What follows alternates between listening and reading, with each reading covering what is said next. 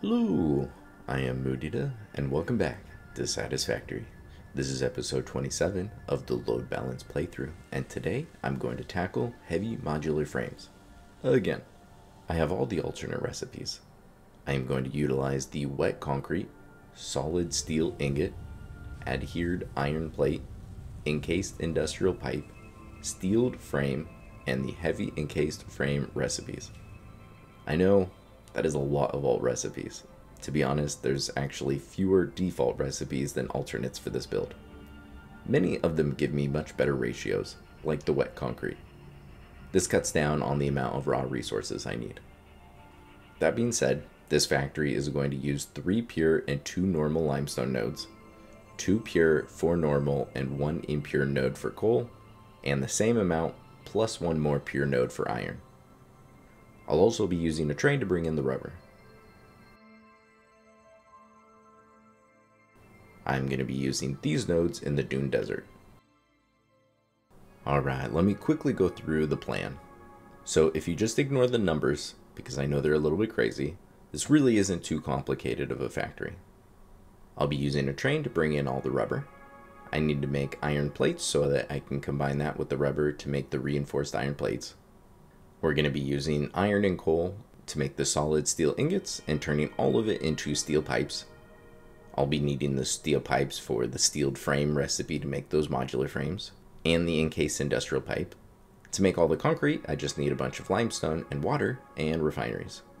I'll need the concrete for the encased industrial pipe recipe and the end recipe making the heavy encased frames. All in all, pretty simple. It's just scaled up just a tiny bit. Let me quickly go through all the blueprints I'll be using.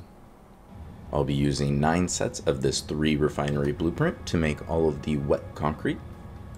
To make all of the iron plates, I'll be using 8 sets of these blueprints. The way these will work is these will both be on the same floor so that I can just directly connect the smelter directly to the constructor. I'll be bringing in rubber by train, combining it with all of those iron plates to make the reinforced iron plates using 9 sets of these blueprints. I need almost 4,000 steel pipes, so I'm going to need both pure, normal, and impure nodes. For the pure nodes, they'll be clocked to 720. I'll be using 6 sets of these 4 smelter blueprints, 6 sets of these 3 foundry blueprints, and 12 sets of this 3 constructor blueprint. The normal nodes are going to be fully overclocked to 600.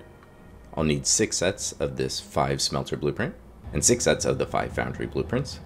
Just as a quick side note, for all of these different blueprints, I did go ahead and set the recipes so that it's already saved, and most of the belts are already what the correct speed should be, so I don't have to go through and change it. So for something like this, when I place the 2, I'm just going to connect these 2 halves, and then also this right here, along with connecting the mergers. And to finish this off, for each of the normal nodes, I'll need 6 of the 5 constructor blueprint to make all the steel pipes. For the next 2 steps, I'm actually going to use the same blueprint, and I'll just change it for the second one. I'll be making the encased industrial beams on 1 row, and then I'll also be using the same setup for the steeled frames. Now that I have all of the reinforced iron plates, steel pipes, and the concrete, I'll need a total of 31 sets of this 5 assembler blueprint. To finish this off and make the 90 heavy modular frames, I'll need 16 of each of these manufactured blueprints. So I'm going to have a tower on each of the iron nodes. That'll make the steel pipes and all the reinforced iron plates that I'm going to need. I'm also going to build a big platform right over that body of water and make the wet concrete. Then I'm also going to have one big platform out here that's going to finish everything up.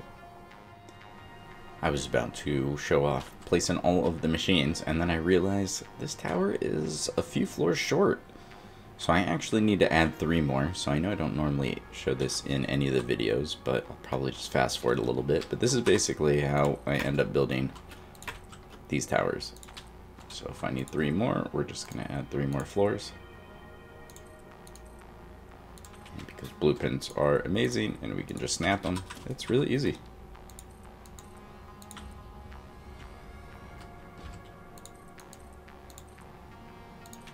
Sometimes you misclick.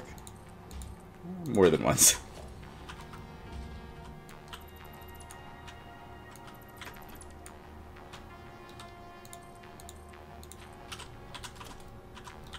So the only trick is because the rest of them have quite a bit of depth as far as the vertical goes.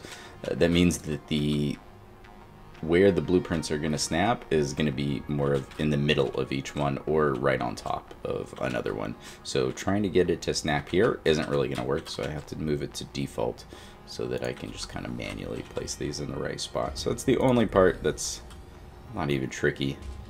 It's not quite as easy as using the blueprint mode and snapping them together. But that's how I extend it. And then the walkways take a little bit more time. But with things like this, we're just going to place 3 of these next to each other. And the nice thing is this already includes the railing. So if you're wondering why I don't include these with the blueprints, it's just that I couldn't include them to all of them. Because with these ones, it's a 3x3 that I'm working with, so I absolutely could add this to the outside. But with half of the towers, they're based on like a 4x4 grid. And so with those, I don't really have an easy way of adding them on, so I'm going to have to add them manually like this anyways. So it was just kind of easiest, just keeping it more flexible. So since these sides use 3 sets of the 3, because it's 9 foundations, this is going to have to be 10 because we're adding on a half and a half. So what I'm going to do is I'm just going to place 2 3s, and then I have a blueprint for a 4 length, and we're just going to use that one at the end. If I hold down E, I can switch to any of the other ones, and we'll just switch to 4. And that's pretty much it, and then I just have to go around on the corners and just add the one missing piece. With that fixed, let's go ahead and place these blueprints. Since the floors are 9x9, I just want the middle assembler to be right on the middle foundation. And then I'll be able to add the second blueprint that has the 2 there. And then I'm going to give it 2 foundations for the output. I need to add more to this on the input side, so I'm giving myself more space there. But let's go ahead and place all of this side.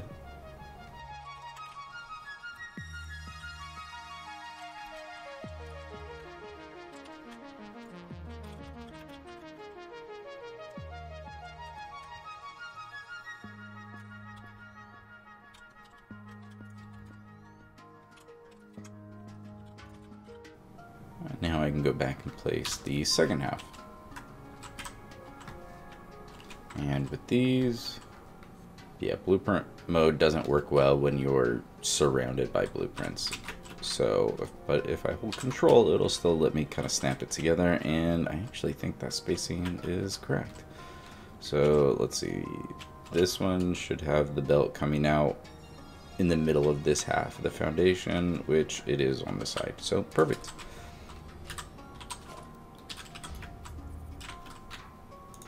So now we can really easily just go up and place all of them. Terrific. That is all of the assemblers for this tower built. Now we just need to place the smelters and constructors.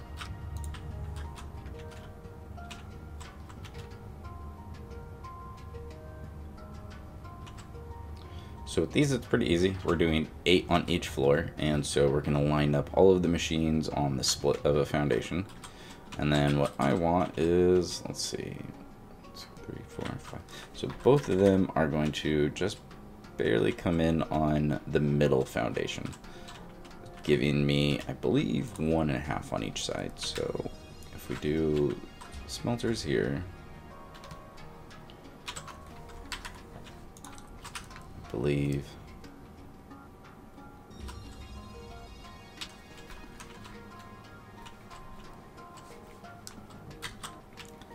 there we go. So if I give myself the same 1.5 foundations, I've got a nice just shy of 1 full foundation gap in between. So these, they can snap together, and there we go. So let's just do the other 2 floors.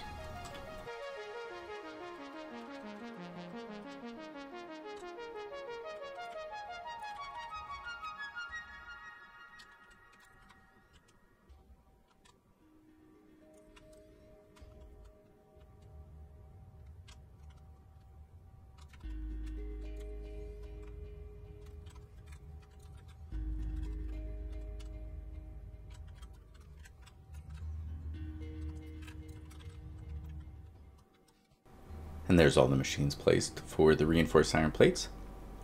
So let's go through and belt it up real quickly. So most of the belt work here is going to be real easy. These have an input of 30 iron ore and an output of 30 iron ingots, so Mark 1 is totally fine since these are just going from one machine to the next.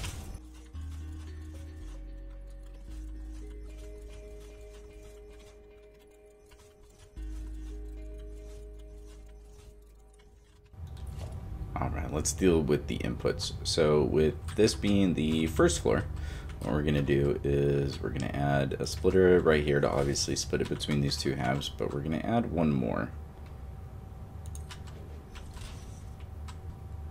And this splitter is going to bring up, let me just place those all there. So right here is going to be the 720 iron ore. These are in the wrong place. These actually need to be up on the roof.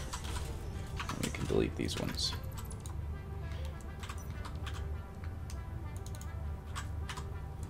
So we've got 720, and we're using 3 different floors, so 240 on each floor. So we are good with Mark 3.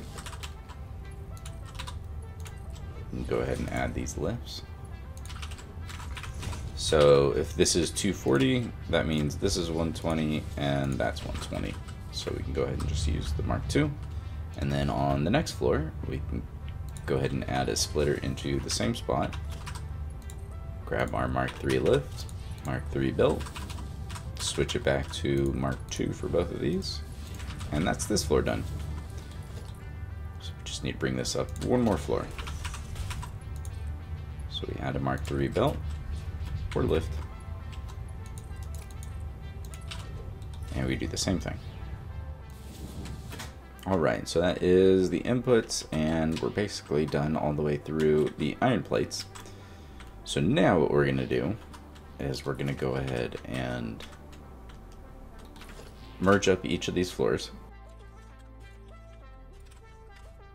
So each block of 4 is going to be outputting 80. So these are all going to be Mark 2.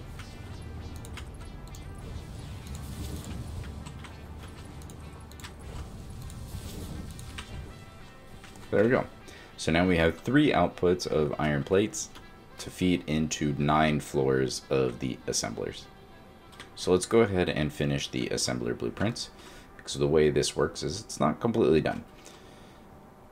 Unfortunately, without making it super compact, it's really hard to get all of them in there. So basically have it almost all the way done. So we've got all of the splitters, but if you're doing a 5-way split, or you've seen any of my videos, you know, we're gonna have to add basically these 2 mergers right in front.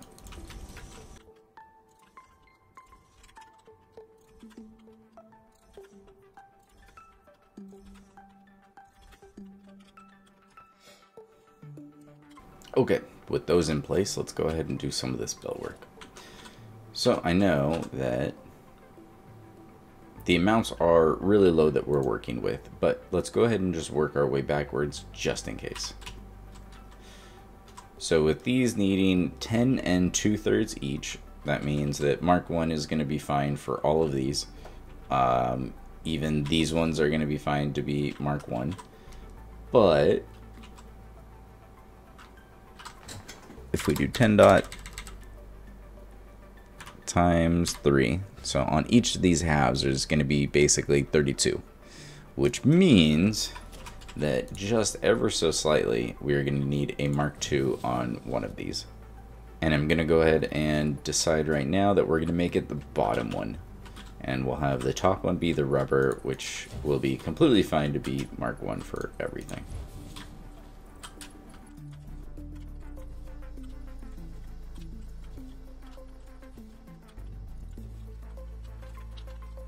Which means this one can be Mark 1, and both of these to connect the 2 halves.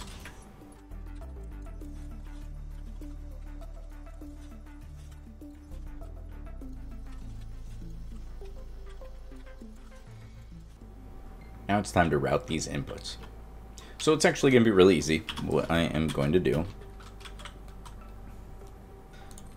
going to put 3 floor holes, although Now that I'm thinking about that one doesn't need to go there. 3 floors on this floor right there. And then this one just needs that one. Okay, so we've got 160 on each of these floors. So that's going to be Mark III.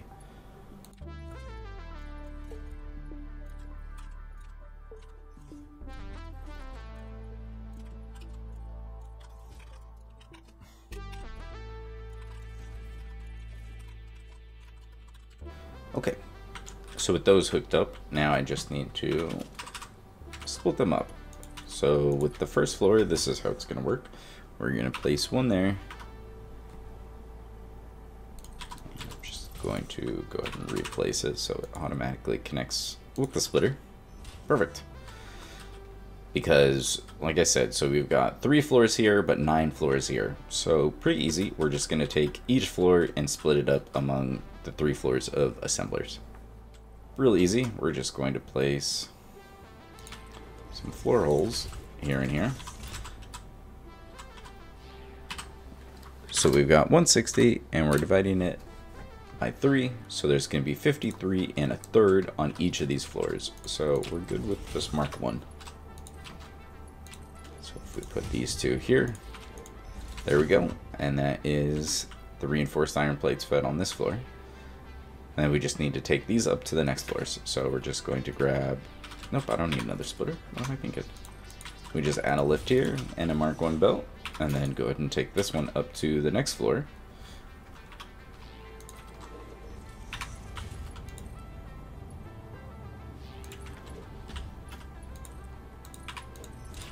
And plug it in just like that. So there are the first 3 floors done. For the rest of the floors, it's going to be pretty easy. So we're just going to go ahead and run up the next one. So that one was, let's see, dead center.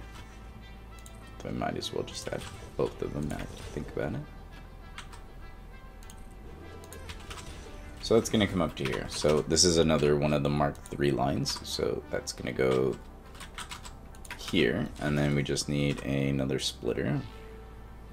So we can split it among the 3 different floors. We can go ahead and add in our floor lifts. And this is that 53 1/3, so just Mark 1. And we basically just follow this pattern all the way up.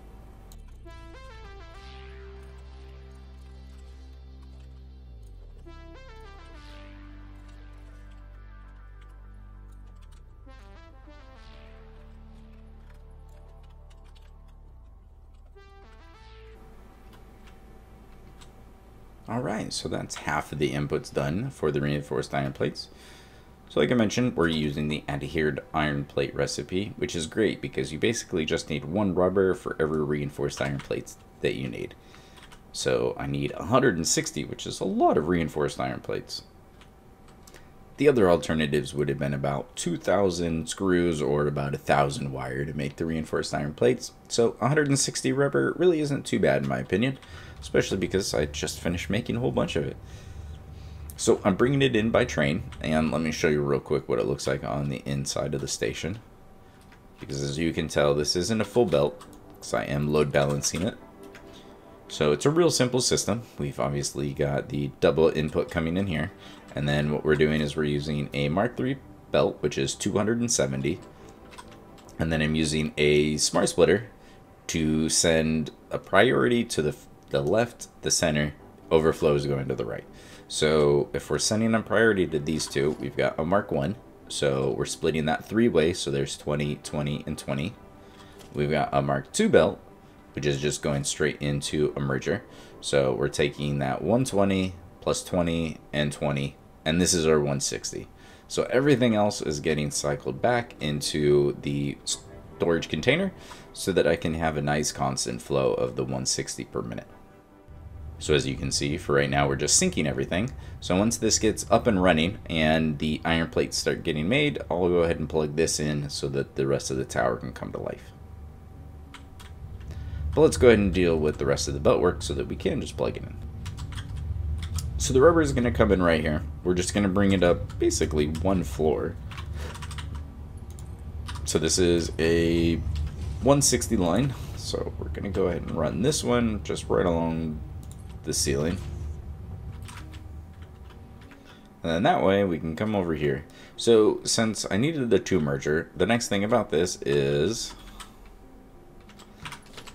this side is the reason I have the merger, which I kind of forgot to do this part. So this is the reason you have the merger is you need to do a 5-way split. I need to actually split it 6 ways and cycle one of them back in. And that is how you're going to get an evenly distributed 5-way split. And that will work with pretty much any of the prime numbers. Any of the common ones that I can think of off the top of my head. So if you're going to split something 7 ways, you're going to do it the same way. You'll split it 8 ways and cycle one of them back into a merger that's in the very beginning of the process.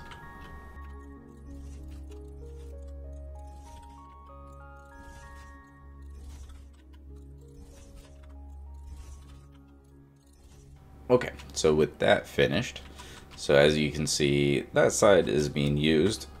I could try to plug it into the same side that we're doing all this, but that's going to get messy. So we've got this opening, so we're going to do all the rubber on this side, but we're basically going to do a really similar kind of split for the rubber. So since I am going to run it along the ceiling, we're just going to have it come up right here. And then we can go ahead and add our splitters. So since we're dealing with the second height, we'll just add those there. And go ahead and delete the bottom ones. So we've got 160 rubber. So that's a Mark III into here. So we're going to do the same sort of thing, but instead of having 3 different outputs, we only have the 1. So this right here is going to split 3 ways. So this is going to deal with the first 3 floors. So there's the first floor. So it should be right there and there, I believe. Yep, there we go. So that's floors 2 and 3. And then this is floors, let's see, where are we? There we go. That would be 4, 5, 6. And then floors 7, 8, and 9. Okay, so 160, so that means that these are the 53 1/3. And these are 1/3 of that. So Mark 1 for pretty much everything. And we'll just continue that same pattern all the way up till we get to the 9th floor. As far as the outputs go, it's real easy. Since we're dealing with 160 total, we can connect the 2 halves of the blueprint using just a Mark 1 belt. And then we'll go ahead and bring 3 floors together at a time, and then the rest of the 3 floors together.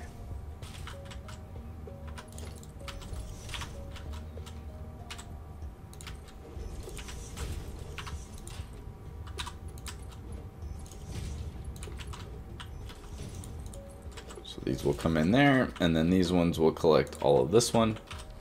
And then we're going to do the same thing with these ones. So with these ones, let's see, that one's right here and here and there. Let's see, so with this floor, then we can go ahead and we're going to merge up the next 3 floors. So this one, and then we'll do this one and this one, send them to this merger, and then send them down to that one. And that'll get all 9 floors merged up together. And now with the reinforced iron plates done, we can move on to doing some of the steel pipes. So on this pier node, let's go ahead and place all these machines. So like normal, I'm gonna work from the top and kind of go down. And then with the belting, start from the bottom and work up. So I want the output to be facing towards the main factory. So I want to go ahead and just basically find the center. It's going to be real easy. So I'm just going to place that there, hold down control, and there we go. So there's the 9, and I just need 4 floors of 9.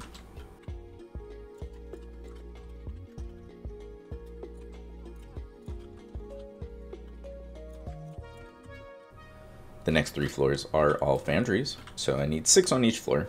So we're just going to get them centered in that direction, and then we're just going to line up the center one with the third foundation in. So same with this side.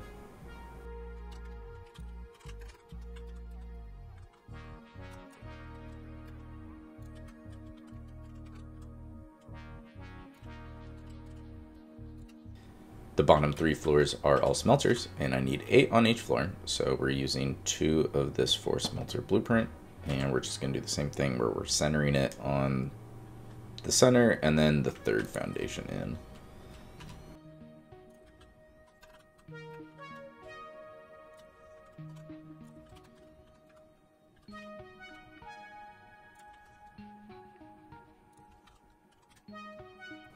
With all the machines placed, we can do some belt work now. So we can start with the smelters. So let's go ahead and put in a splitter there. And we're just going to do this the same way as the other one. So it's going to come up from right here. And then we're going to send them up to the other floors right there. Since I've got 3 floors total, this is real easy. We've got 720 coming out of the miner. And so that is our 240 on each of the 3 different floors.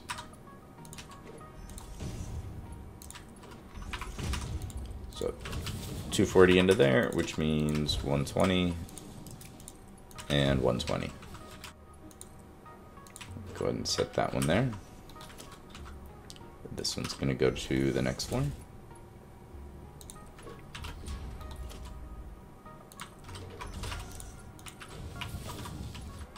$240 into the first splitter, and mark 2 into each of those 4. And on the last floor for these, another mark 3.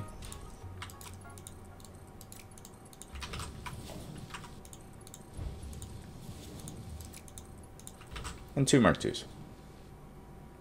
For the foundries, real simple, we've got 3 floors. So we can go ahead and lay down our first splitters that will merge basically the 2 different blueprints together. All of the foundries are clocked to 100%. So with each of them needing 40 for both of the inputs, 3 of them together, we're going to need mark 2 going into these splitters.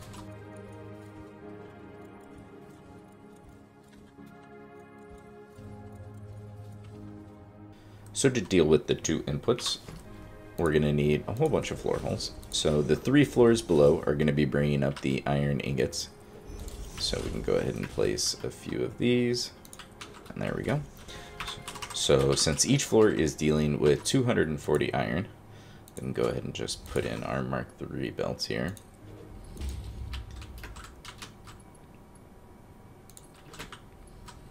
So these will all just go down into the bottom one to make it consistent.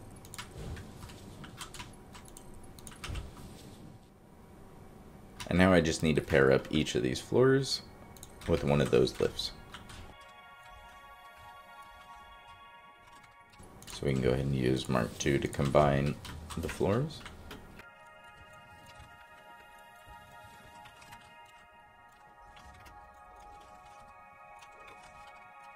That's how all of the iron is getting fed into the foundries. So now we just need to get the coal in there. So I did go ahead and create all of the buses that I needed that connects basically a coal node with each iron node, with the corresponding pure goes with pure, normal goes with normal, and then we have that one little short impure node. So this is where the coal is coming in from. So I just need to create a bus that brings us up to here. And then we can go ahead and split it from there. So let's see, to make this easy on myself, I'm just going to set it right here. We're doing this on the second level. So the 720 coal is going to be fed up through here. So that's going to be a Mark V. And then from here, we're basically just going to do the same thing we've been doing. We split it into 3. Each one goes to a different floor. So this is going to be 240 on each.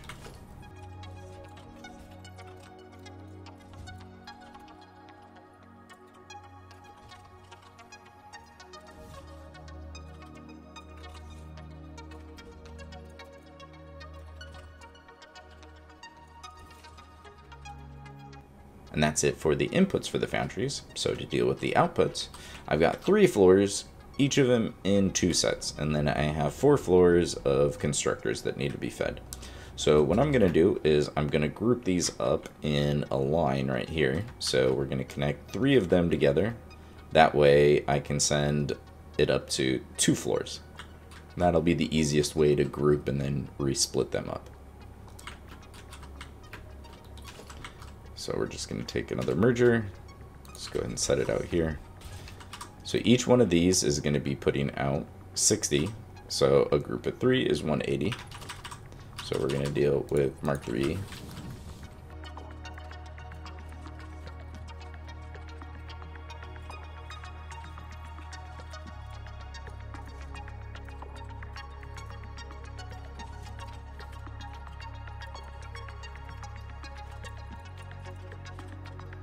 Alright, so with 3 floors grouped together like that, now I can send that up to the next 2 floors. So first we're going to go ahead and group these together, with each constructor needing an input of 30 steel ingots, and then being grouped in 3s, we're going to need Mark II belts going into each of these groups.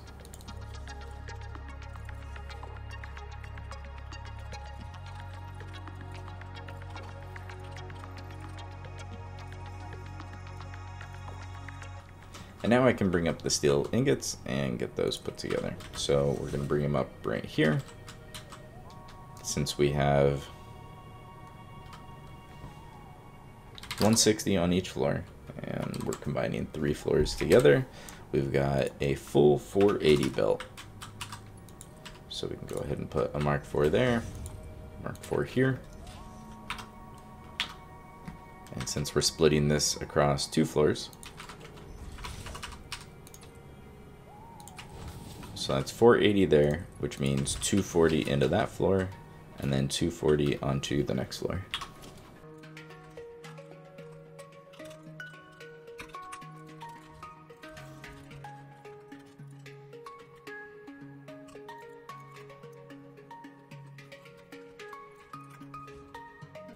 And for the top 2 floors, we're just going to use the other half of the foundries.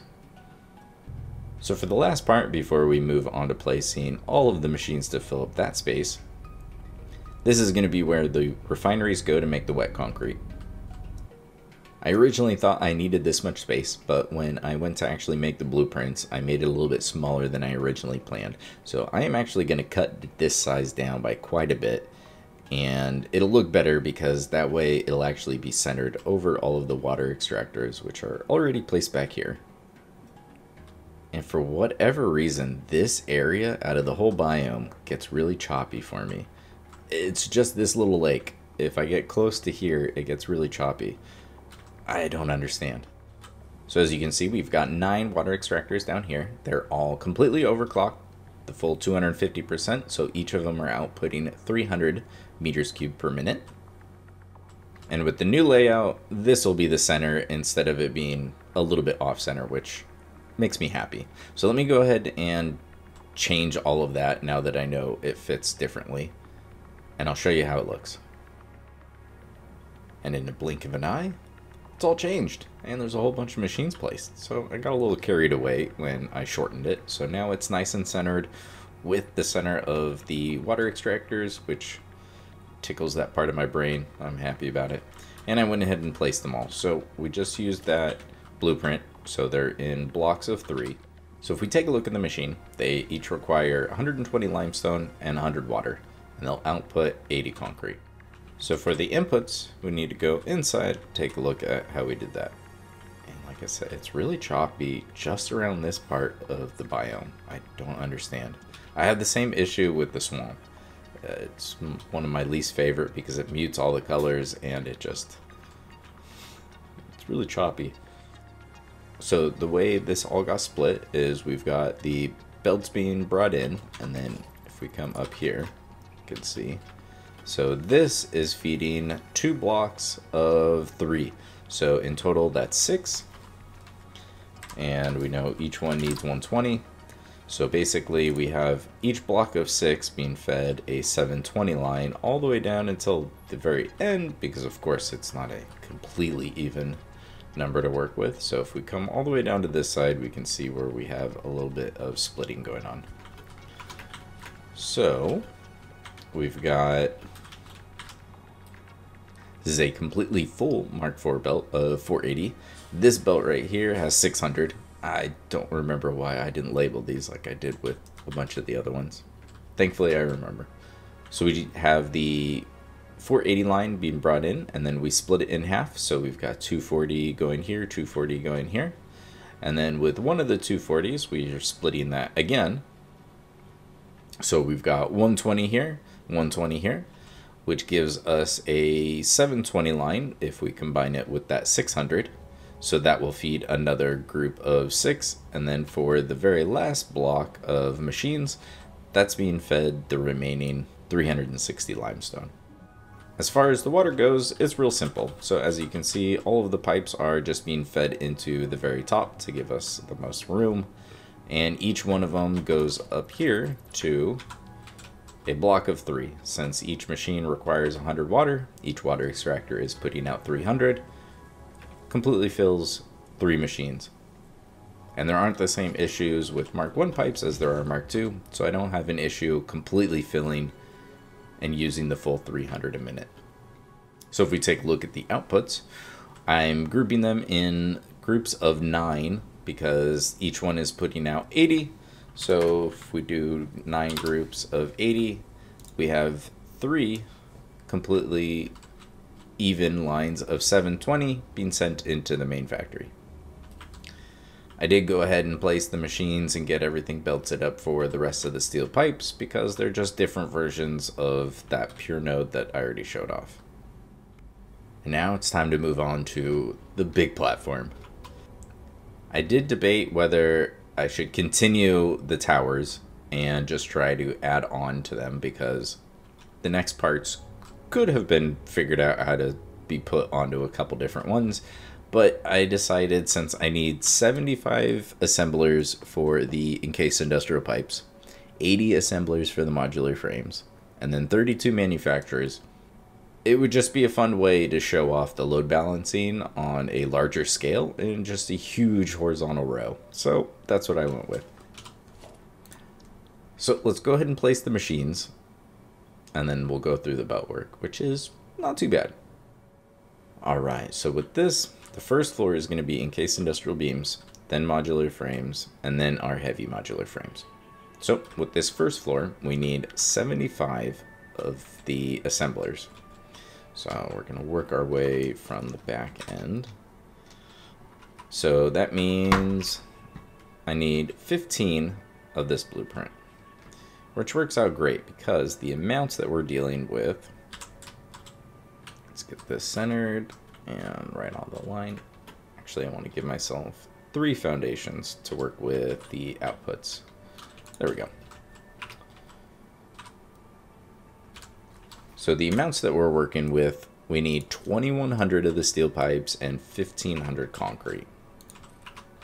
So with those numbers, it makes the most sense to kind of split these up in basically groups of, or in 3 groups of 5 of the 5 assembler blueprints. Let's see, so there's 2 on that side, and then let's get 2 on this side of the middle.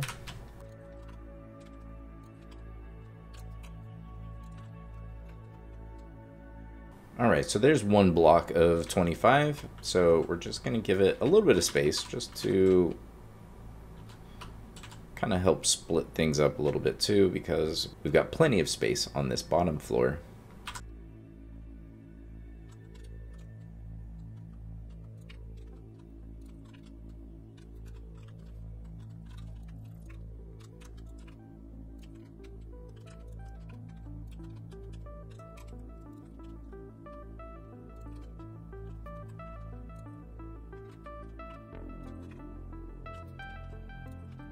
And there's the second group of 25 assemblers.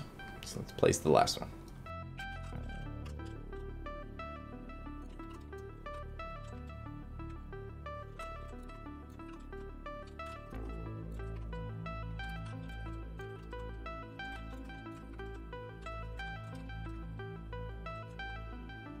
"75 assemblers down, 80 to go." Moving on to the modular frames, I'm going to use the same blueprint and pretty much the same layout, except for now that we have an even number of blueprints that we need, we're just going to split this in half. And the amounts that we're working with for the inputs are a little bit easier to deal with as well, so it just makes the most sense.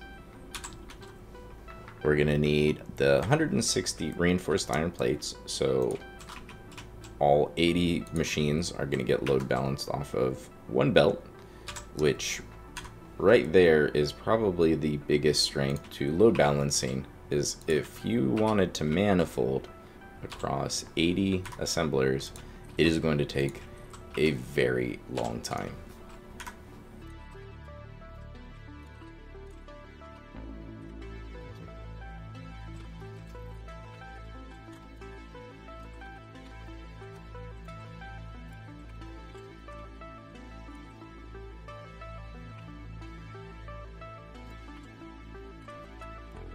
That's the first 40. Let's do the second. The second input that we need for these is the 800 steel pipes. So that unfortunately is just over what our Mark V belts can deal with. So for the steel pipes, we'll just have to do 2 different belts.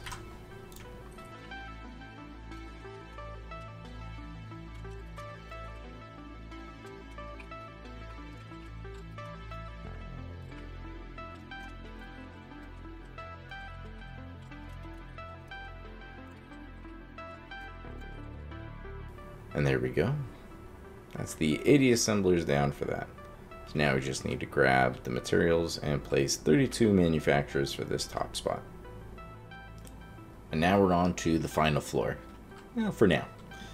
So we want to grab our manufacturers, and thankfully the way we've designed this is they're each going to get their own 4 foundation block, which is kind of how we laid the whole thing out anyways. So I can snap them to the floor or to each other, and we're just going to alternate the 2 different manufacturers, making sure I don't mess this up, all the way down.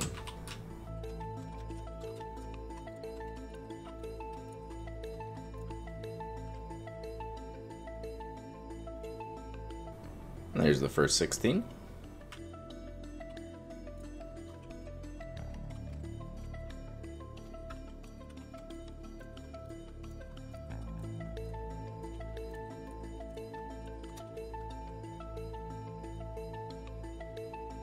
And that's all the machines placed. So that was just that little bit of belt work to do. For the first step of the belt work, I'm going to connect all of these blueprints. So with these, I'm just going to connect this part right here and the outputs. And then I also need mergers. So with the mergers, we're just going to place them right here. We just need 2 of them. Connect a belt here and here. And then with this one, goes there and there. And that will complete each set of 5.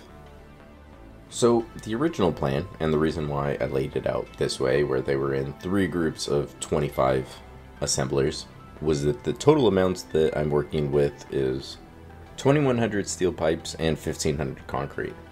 So it just made sense to split it up into 3 groups, and then I can split up the 500 and 700. But then when I actually started doing it, I realized I was going to have to do these in 5-way splits, which is fine. Doing a 5-way into another 5-way isn't really that big of a deal. The problem was, with doing a 5-way split, you have to loop back a 1/6, basically. And so this belt right here is going to have whatever you're initially bringing in, plus 1/6. Or I think the way it'll work out is 1/5 in this setup. Which means the 500 amount is totally fine if I make this a Mark V. However, the 700 there's not enough space on this belt to be able to loop back enough to make this whole thing work. So I am going to do the concrete in groups of 5 and have 3 different belts feeding this whole row. But as far as the steel pipes go, I'm actually going to have to split it down a little bit smaller. So since each machine takes 28, that means each group of 5 is 140. It would be nice if I could group them up more than just individually. So 2 of them would be 280, which, yeah, we could do. 3 of them is 420. So let's just do that. I could also have done groups of 4, do it at 560, but honestly, the 420 is just a really easy number to be able to load balance, because 420 is 480, which is a full Mark 4 belt, minus a Mark 1. I can just take out 60, and it's nice and easy. I'm going to start at this end, and I probably won't do the entire thing, but you'll kind of get the picture. To start things off, let's go ahead and deal with the steel pipes, because that has the most, and it's going to have the most connections coming up from below. So we can just grab a splitter here. So the 420 line is going to come up through here, so we've got our Mark 4, and we can just plug this into here. And then from each one of these is going to have that 140 that each block of 5 requires.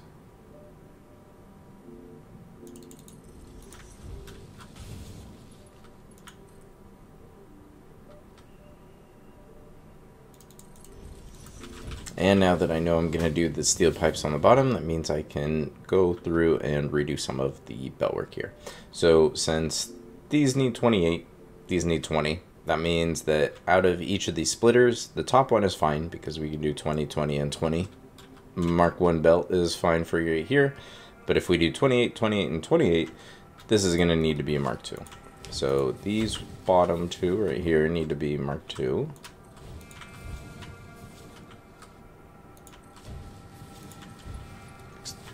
Those need to hold 84. So if we've got 2 of them, this 140 line is going to become 168 when everything is up and running, which means we need Mark 3 on this belt.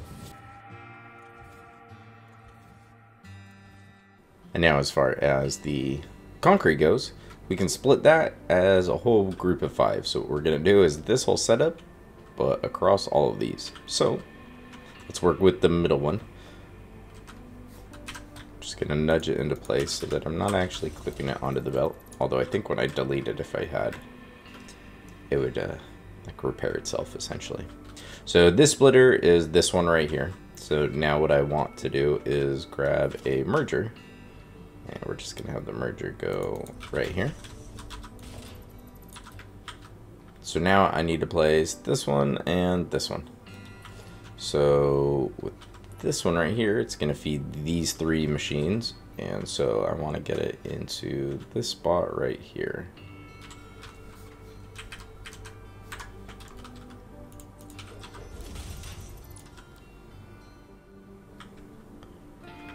And then I need one more right here. This one, however, is going to get spun this way, make it easier to loop back that one belt. Okay, so now with the belting, if each of these machines need 20 concrete, and we need 5 of them, that means that we need to plug in 100 into each one of these. So for that, we're just going to use our Mark II belts. And then this one is the one that needs to loop back into that merger.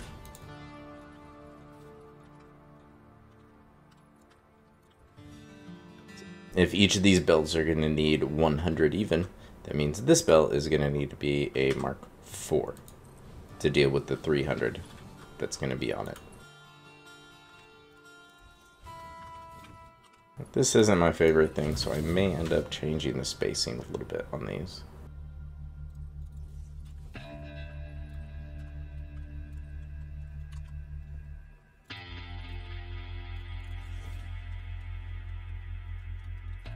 And we need a Mark V here. And then because the merger, you could plug it into either one of those sides, we're just going to go ahead and throw a floor hole here. This is where the original 500 is going to come from. Plug straight into there. And that's how we're going to do the steel pipes and the concrete for this phase. So moving on to the next two floors, it gets even simpler. So I still need to complete the blueprint by adding some more mergers. So I'm going to go ahead and just throw down some mergers here in front of each one of these, and then I just need to finish up by connecting these two here, the two mergers, and the two outputs, and that will combine the two halves of the blueprint, so I get a nice load balanced 5. Okay, with half of these done, I can kind of show off what's going to happen. I'll just have to finish that up later. So the nice thing with doing this many assemblers, or any bit of machines really, is how evenly it works. So powers of 2 and 3 are just the best numbers to work with as far as amounts of machines. So since I have 80 assemblers, but they're grouped up in 5s, so I've got 16 sets of 5. Now 16 is a great number because if we divide by 2, you have 8, divide by 2, you've got 4, divide by 2. So I get to just do 2 splits all the way down, which is just great. So if I grab a splitter, the way this is going to work, we're just going to find basically the middle between the 2 sets of 5, and we'll throw down 2 splitters. And then between these two, we'll go 1 notch out, since that was on this first half of this foundation. These are on the second half. And then we do right in the middle, and that'll cover, let's see, those two are covered, these two are covered. And so now out to here, we're going to go 1 farther back, and these two are going to go right there. And we need another 2 up front to deal with these two. I believe that's, yep, okay. So, and then these two are these last two. But these ones will need to group these two together right there. So let's see what the amounts that we're working with. I forgot to change the recipe. Steeled frame. Alright, now that the recipes are set, so if we take a look, we're dealing with 2 per minute and 10 per minute. So obviously, I know that in total, this entire thing is using 160 per minute. So that is definitely all going to fit on one belt. And actually, we can go ahead and place, so that is going to go right here. So each one of these takes up half of the foundation. So that's going to plug into that one. So I already know that'll be a Mark II. And then everything after that's going to be Mark I. So with the steel pipes though, let's figure that out. So we've got 5 of them. So in total, I need 50 to get plugged in. But let's make sure the belts are fine. So if we need 10, 10, and 10, that means 30 needs to plug into here. If this is 30, this is 30, this is 60. So thankfully, even though we're recycling some of it, I only need a Mark I belt, which is convenient. So we need Mark I belts for these.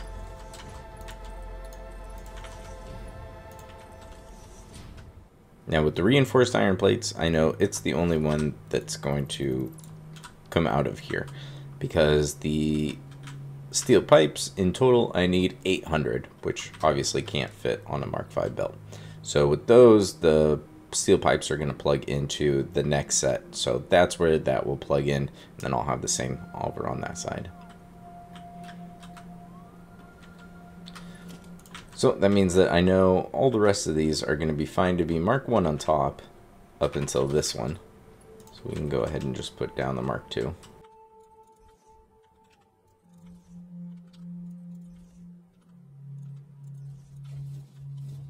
And right here is where 400 steel pipes is going to get plugged in. So we can go ahead and just grab a floor hole, a Mark IV belt, means we'll have 200 going this way and 200 going the other way.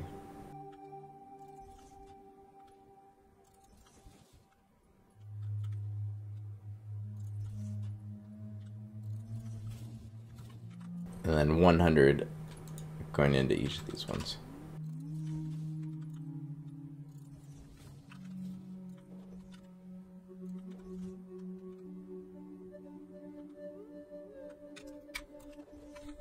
And then I can use Mark 1 for the top.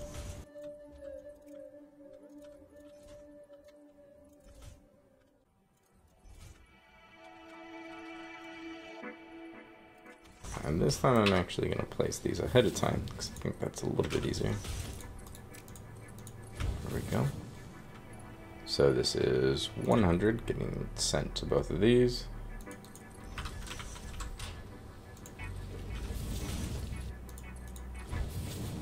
And then from there, just 100. Just 50.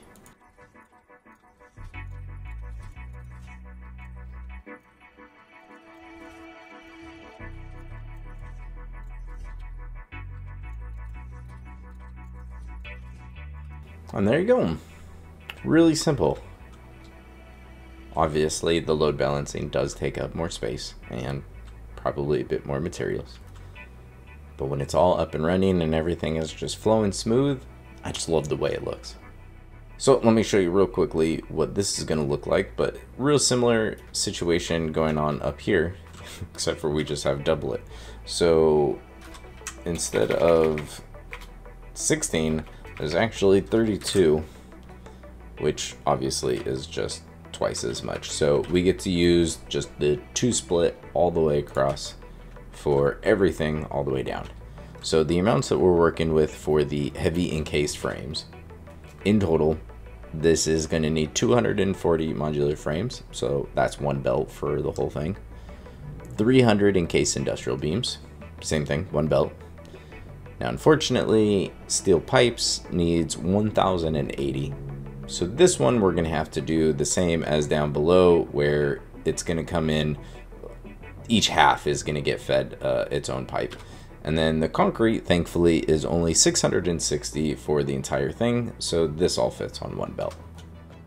So just to make my life a little bit easier, I just went ahead and blueprinted that, even though it's really pretty easy to just click down for splitters real quickly. It is just really convenient being able to just 1 click. So I do want to make sure this is in the right spot, so let's see, these are all going to line up just fine. There we go. So I'm just going to place this blueprint in between every 2. And the nice thing with doing that is now I can also place the split for these ones. So normally I keep them on like halves of a foundation. I'll do that half and then this half. You can alternatively do it really in any spot as long as they're 4 meters spaced out. But if you do it right on the junction of all 4 foundations, the next one is going to be right in the middle, and then there, and then there, and there. So that's basically what I'm going to do. Same sort of pattern is down here. Every 2 is going to have a splitter. And then between those 2 is probably going to have another splitter, bringing it out. And we're just going to do that all the way down. So let me go ahead and do that, and also work out some of this load balancing, and let me go through it all, because I know the load balancing is gonna get a little bit interesting, but I need to put down some foundations down here so I have something to work on too. So let me do that, and I'll be right back. And voila, in the blink of an eye, we skip forward another few hours. So I've finished all of the belt work. I think everything's actually ready and we're set to turn things on. Let's take a quick tour before we flip that switch. So for whatever reason, this is still just lag central around that little lake, but once I get a certain amount away, then I stop getting really stuttery. So this is built on 2 normal nodes, so that's why this tower is extra wide, but it's basically the exact same as the other normal towers. So we've got a few floors of smelters, and then the foundries, and then lots and lots of constructors making all of our steel pipes. And we've got 2 normal coal nodes here feeding these 2 iron nodes. This last one is the impure node, so this one takes a little while, but eventually it works its way over to that small tower there. Instead of having that big open spot, I finally added something to kind of close the gap. I don't normally use a whole lot of signs for actual decoration, mainly because I'm just trying to save my poor PC, as it was new 5 years ago. Now it's starting to show its age, so I'm trying to be gentle. But I thought this was a cool use of the signs to kind of break up the patterns and the colors and all that jazz. So I made this a blueprint, so each is a 4 foundation section, and I'm just using ramps and then inverted ramps, and then I just have a small billboard placed about halfway through. And then we added some ramps to get from level to level, but all the exciting stuff is down here. So let's take a look. And I don't know why this happens. I'm sorry. I know it's probably awful to look at. Hopefully that's something that gets fixed with 1.0. So we've got a number of different load balancing going on down here. So let me show you what these are. So let's just start in this corner and work our way around. So these are both the two 600 nodes that are just right on the other side. As we can see, that's the big tower right there. Each one of those is a 600 node, and it ends up making 600 steel pipes for each one. So with the two 600, I could easily make 3 400 belts. I need 2 of these for that last step that needs 800. So this was a real easy way to split it. So we've got the Mark 5s, split it all 3 ways. So there's 200, 200, and 200. Recombine 2 of those, and you've got 400 on each one. Nice and simple. So we'll just go clockwise, and let's head over to this nightmarish section. So this is where the concrete is coming in. So if we delete this, I'll show you. Right here is where the concrete comes in. So thankfully I added some labels. Each one of these is the 720, so they're all the exact same. So we have a real similar setup, just going in 3 different directions. So the way this works, I needed to get 500 belts. I needed 3 of them for this section, and then the rest of it is going to go to the very last process, making the actual heavy industrial frames, heavy modular frames. So to do that, this is the super complicated setup, but it's actually really easy. So since each one of these arms is exactly the same, let me just kind of run through one of these. So we've got the 720 being brought into just a, if we can grab it, just a regular splitter. We've got a Mark III belt here, Mark III belt here, Mark III belt here. I guess those are technically lifts. So if we're splitting the 720 3 ways, we've got 240 on each of these. So I recombine 2 of them up here into this merger. So with that, we've got 240, 240, so there's 480. But to get 500, I need 20 more. So this is that complicated process to get this 20 belt. So we've got 240, and then we're going to split it all 3 ways again. So that gives us 80 on each of these belts. So 80 into here. And then we split the 80 twice. So here's 40, here's 40. And then we're going to split that again. So from the 40 going in here, we've got 20 here and 20 that is getting looped all the way back to the beginning where we have the 240 belts lifts merging together. So this right here is our 500, leaving us with the rest of it to send on over to this one. So the leftover on each of these 3 systems is 220, giving me the 660 that I need for the heavy modular frame section of the factory. It looks crazy. It really isn't that hard. Alright, and as we continue our journey around here, these are the steel pipes that are kind of headed up. This one right here that we can just barely see is the 160 reinforced iron plates. And so that is getting sent over to this middle section, right there in the middle. So this is the impure node is only doing 140, and that's going to that last section. And if we come over here, this is where the majority of the load balancing for the steel pipes is. Let me run through how this is working. So we've got the 2 pure nodes putting out 720, and then 1 of the normal nodes, so we've got 600 out of this one. So both of these, you can kind of see, are pretty much identical, just mirrored setups to get us 3 420 lines.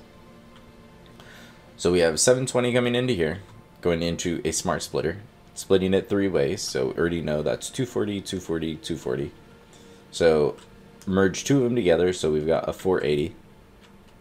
If we send that into a splitter, and then we're going to just split off that one belt that I talked about earlier, so we can go from 480 down to 420. To get the third one, I have the 260 lines, which would give me 120.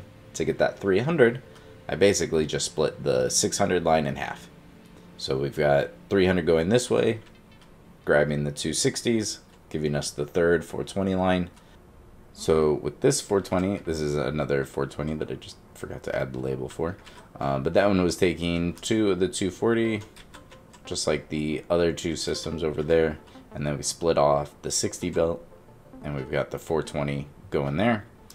So with this one, we've got half of that 600 line. So we've got 300 here. We've got 60 from this merger. So we just need 60 from somewhere else. And that somewhere else is this 600 line.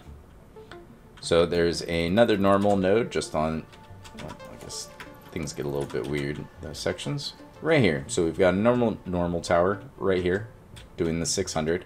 So the way this works is we've got 600 coming in here, normal splitter, so 300 and 300 on the Mark IV belts.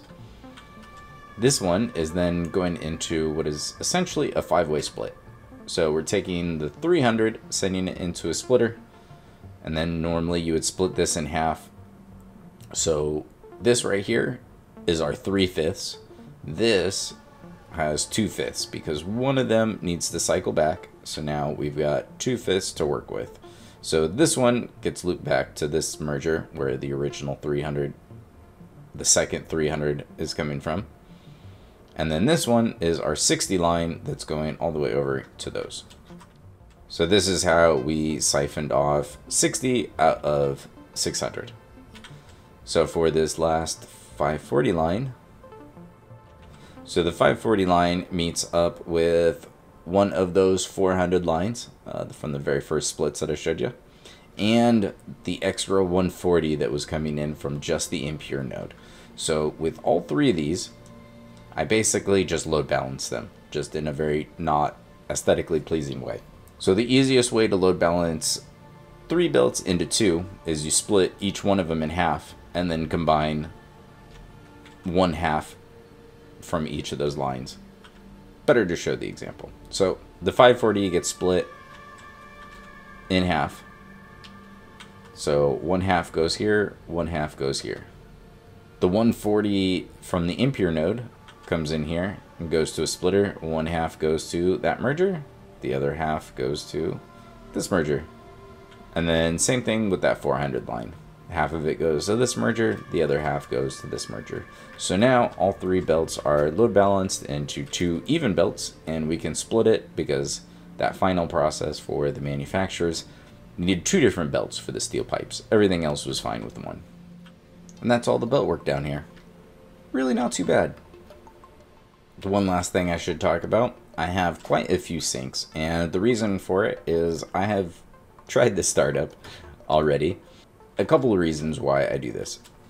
If you've seen my videos, you probably know that I am pretty partial to having the belts continuously flow and not have to do the whole stuttering thing. So with having all of these sinks here, one of the 2 products, especially for the assemblers, is going to finish a bit quicker than the other. Now, if I just let it fill up, then it will back up with the steel pipes as I'm waiting for all of the reinforced iron plates, which is fine. The factory in the end would all run just the same. It would just have that stuttering belt thing because I have way more steel pipes than reinforced iron plates. So instead what I decided to do was just add some sinks. So what I'm going to do is I'm going to let the reinforced iron plates start, and because I need way less of them, I'm actually going to let them pretty much get to the machines, and then I'll delete this, plug in the steel pipes, and then this whole row will come to life. I'm going to do the same thing up here, again with the steel pipes, because I'm going to be able to finish those. I'm making almost 4,000 of them as opposed to much less amounts of the other parts. So these ones right here are for the steel pipes. The ones in the beginning here are going to be for the concrete, because that as well is going to finish much sooner than any of the other parts because it's right there and it starts up really quickly. The final products are all going to be sunk right here from now, although I can tell you that's going to change pretty quickly because I'm actually going to end up adding onto this factory for the next project. I did also add a hybrid tube to get you from the factory to the train station. However, it's on the same power grid as the whole factory, so until I flip the switch, it doesn't work. It is now my favorite time, getting to watch it all come to life. So if you've ever done a project this big, let me know in the comments, how long did it take? I think this is where the load balancing really starts to shine, even though some of the distances are far, and I definitely could have done a whole bunch of things to speed up the startup. I think this area right here is really where it's gonna pay off. Enough talking, let's flip the switch and start the stopwatch.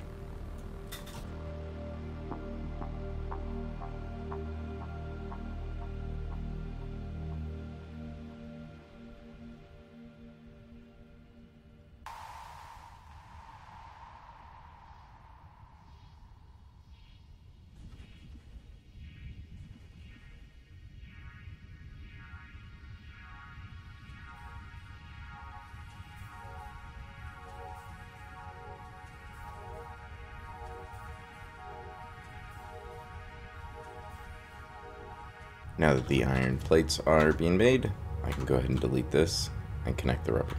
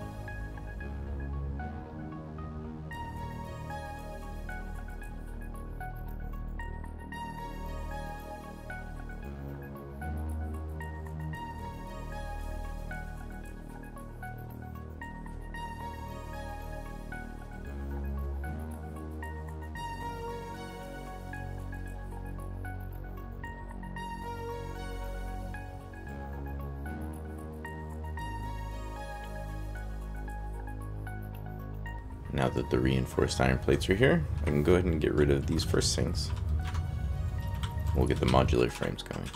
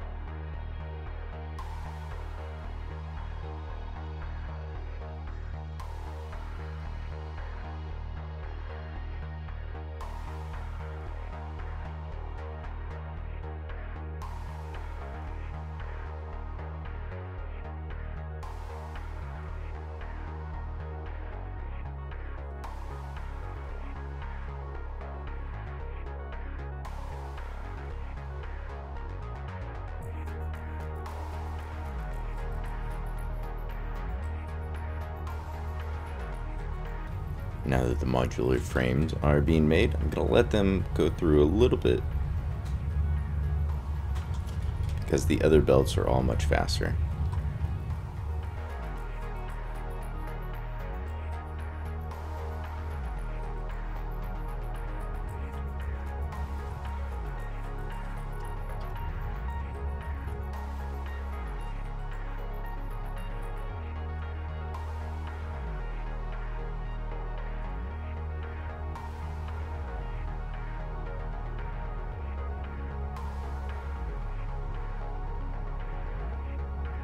And now I can go ahead and get rid of these last sinks, get the steel pipes plugged in.